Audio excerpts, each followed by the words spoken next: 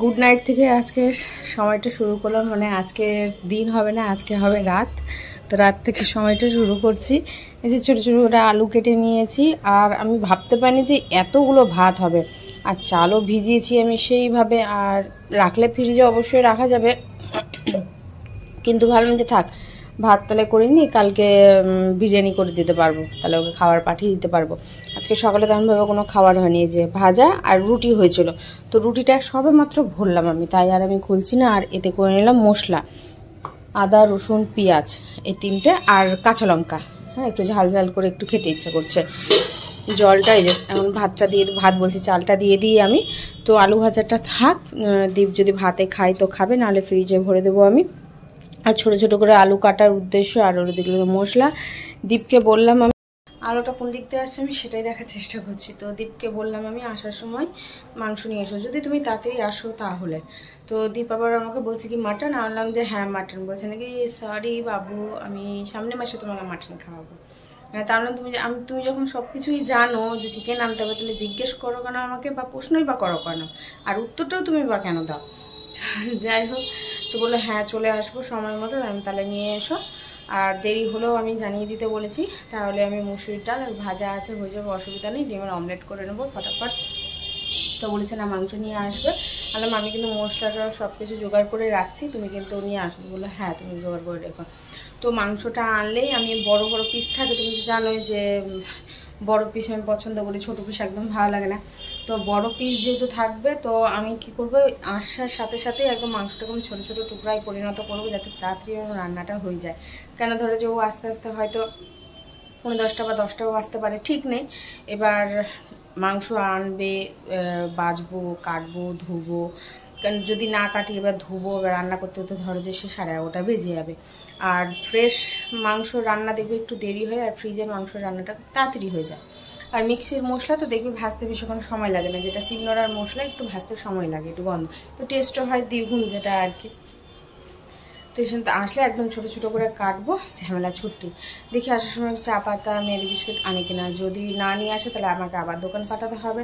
সেই উদ্দেশ্যে আমার কিছু নোংরা আছে, সেই নোংরাটা দিয়ে দেবো। আর বলবো যে তাহলে একটু বিরিয়ানির মশলা আর একটু মিঠা আতর নিয়ে নিও, আতর না আতর কি বলে, আতর বলে মনে হয়।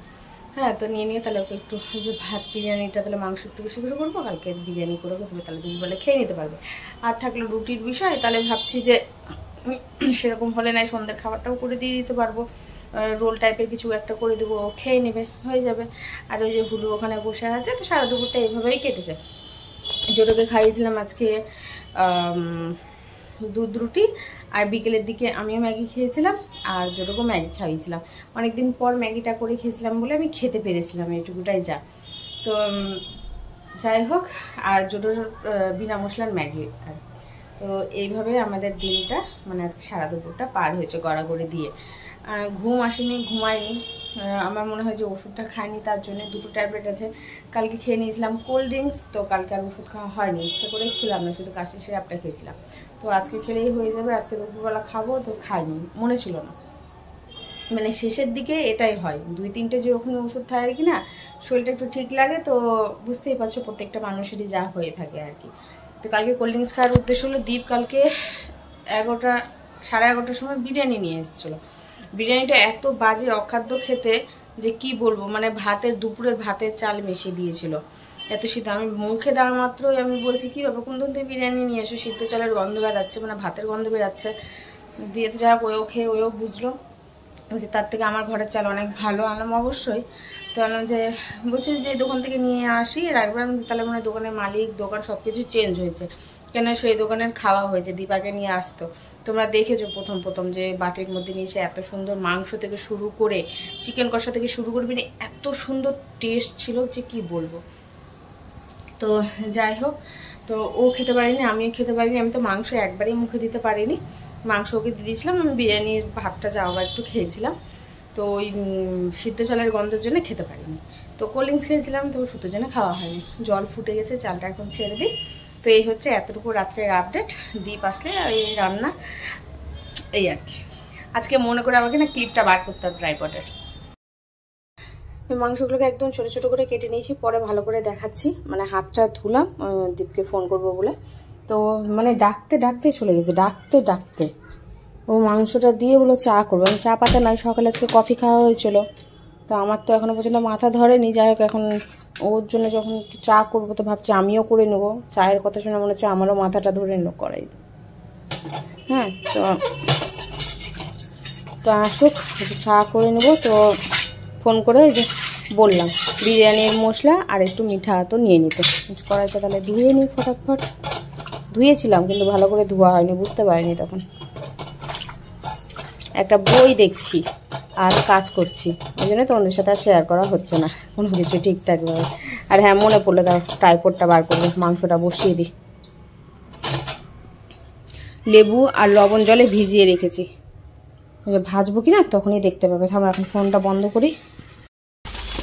যে মিঠা হাতে বিরিয়ানির মশলা, চা পাতা, পণ্ডিতের বিস্কিট, এই যে এখানে মাংস ভাজা বসিয়ে দিয়েছি।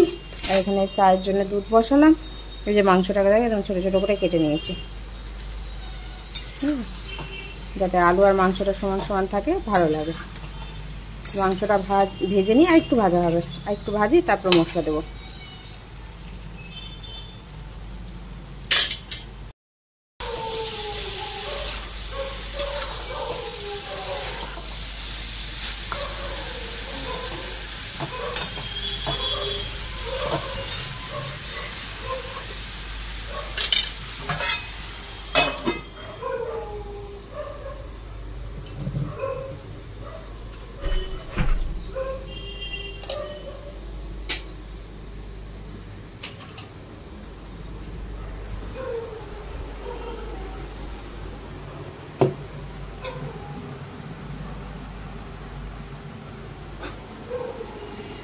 এইবার সব জল খেয়ে নিয়েছি। কখন খেলি জলটা তুই? হ্যাঁ, খিদুর চোটে জল সব খাচ্ছিস তুই? ই বাবা, ঠান্ডা জল দেবো তোমাকে? চলে আসো তাহলে, ঠান্ডা জল দিয়ে আসো, আসো, হ্যাঁ আসো। দেখবে এখন নিজের চোখে দেখবে ওকে আমি এখন গরম জল দিচ্ছি না ঠান্ডা জল দিচ্ছি। জলটা কোথা থেকে দিচ্ছি? হয়ে গেল তো, আর একটু থামো, রান্না হয়ে যাচ্ছে।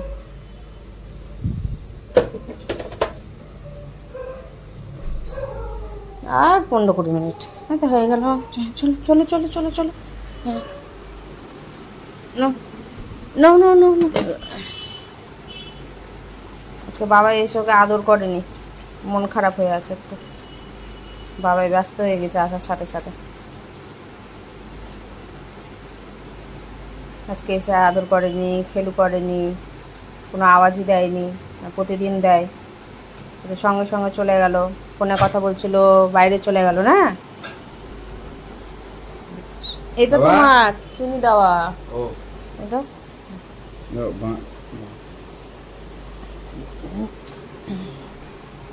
এখন একটু খেলু খেলু করবে, আদর খাবে, তারপরে খেলু খেলু করবে। আর জল খেতে হবে না, ভাত খেতে পারবে না তখন। এমনিতে ভাতের সংখ্যা কমে গেছে অনেক। আজকে ওষুধ আনা হলো না।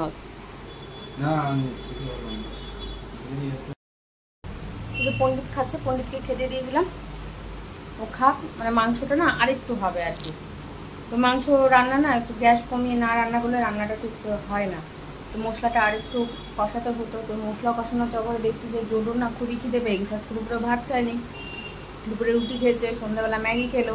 এবার ও তো একটু ভাতুয়া ছেলে, ওকে তুমি সারাদিনের একবার ভাত দিয়ে দাও, আর কোনো কিছু লাগবে না। ও চুপচাপ থাকবে, তুমি পরে খেতে দাও কি না দাও সেটা ওর দেখে লাভ নেই। সেই আবার রাত্রে ওর একটা খাওয়ার টাইম আছে, ওই টাইমে গিয়ে আবার ও একটু খেতে চায়। ব্যাস, এই দুটো টাইমে নেশা। কিন্তু ভাত রুটি তোর পোষায় না। আগে ছোট ছিল তখন রুটি টুটি খেত, মানে ভাতের দিকে সরে গিয়ে রুটি দিলে আরামে খেয়ে নিত। তো যাই হোক, মানে বড় হয় সবারই সব কিছু পরিবর্তন হয়, তো ওরও খাওয়ার পরিবর্তন হয়েছে। তো যাই হোক, জল দিয়েছি, জল দিয়ে একবারে কমিয়ে দিয়ে ঢেকে দিয়েছি। মাংসটা সেদ্ধ হয়েছে, দুটোকে দিলাম, দু মুখে দিলাম, মানে হাত দিয়ে ফ্যানের হাওয়াতে ঠান্ডা করলাম, দেখছি সেদ্ধ হয়েছে। কিন্তু রান্নাটা মানে আরেকটু হতো, তো কিছু করার নেই। আমাদের আরেকটু দেরি হলেও অসুবিধা নেই। আর ও মানে ওর কোনো কিছু ভালো লাগছে না, না খেলতে ভালো লাগছে, না আদর খেতে ভালো লাগছে, তো মানে খিদার জন্য তো খাচ্ছে।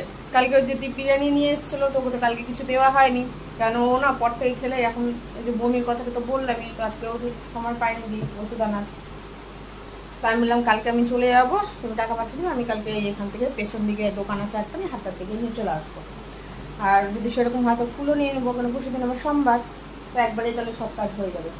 একটু বাজারও করতে হবে, সবজি বাজার টাজার, তাহলে একবারেই তাহলে করে নিয়ে ঘরে ঢুকবো, কারণ একটু সময় লাগবে। তো যাই হোক, মাংসটা হোক, তারপরে নিয়ে ফিরে বসবো। কত 11টা বাজে, 11টা বাজে নেই, ঘড়িটা ফাস্ট আছে। তো ওই সময় মতনই খাওয়া হবে। মাংসগুলা বাঁচছিস কেন রে? বেছে বেছে খাচ্ছে ছেলেটা। হয়ে গেল খাওয়াই দেবো। মাংসগুলা বেছে নিল, ওই যে ভাত পড়ে থাকলো। ভাত এত কমে গেছে ওর খাওয়া, মানে এক হাত ভাত ও খেতে পাচ্ছে না, এমনই খাওয়া হয়ে গেছে। মানে শরীরটা একটু শুকনা শুকনা লাগছে। খাওয়া না হলে তো স্বাভাবিক শরীর শুকাবে। হাঁপিয়ে গেল, হাড় একটু 2-1টা হাত, বেশি হাত দিইনি যে ও হাড় পেয়ে গেল ভাত খাবে না, না হাঁপাচ্ছে। মানে আমরা যখন আবার খেতে বসবো তখন ও আবার বাটির দিকে দেখবে, সে তুমি দাও বা না দাও, ওই হাতাটা নিয়ে গিয়ে ওর ভাতের উপরে গিয়ে এভাবে একটু ঘুরাতে হবে, ওই ভাতটাই ও গিয়ে আবার খেয়ে নেবে। কিচ্ছু দিতে হবে না, শুধু দেখবে যে ঘুরিয়েছে, মানে আমাদের খাবারটা আবার ওকে দেওয়া হয়েছে। এত ছেলেটা বল। চলো মাংসটা এক ঝলক দেখাই, ও যে কত দূর হলো, নাহলে গ্যাস বন্ধ করে দেবো।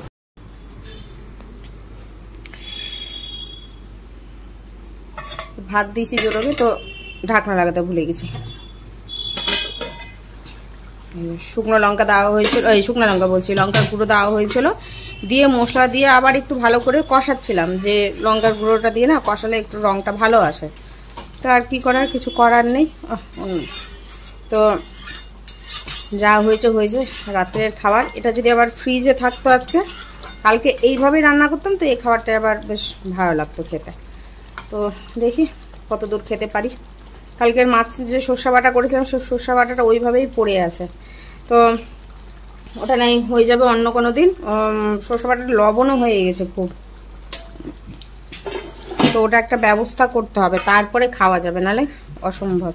এই যে মাংস, বসে যাবো গরম গরম নিয়ে। লেবু তো কেটে রাখাই আছে, লেবু শেষ, লেবুগুলো অনেকটাই নষ্ট হয়ে গেল। এবার লেবু নষ্ট হলো কেন বুঝতে পারলাম না আমি।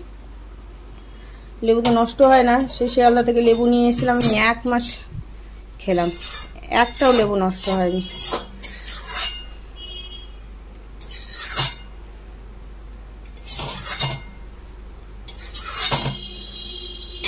হয়ে গেছে, এখন নিয়ে বসবো।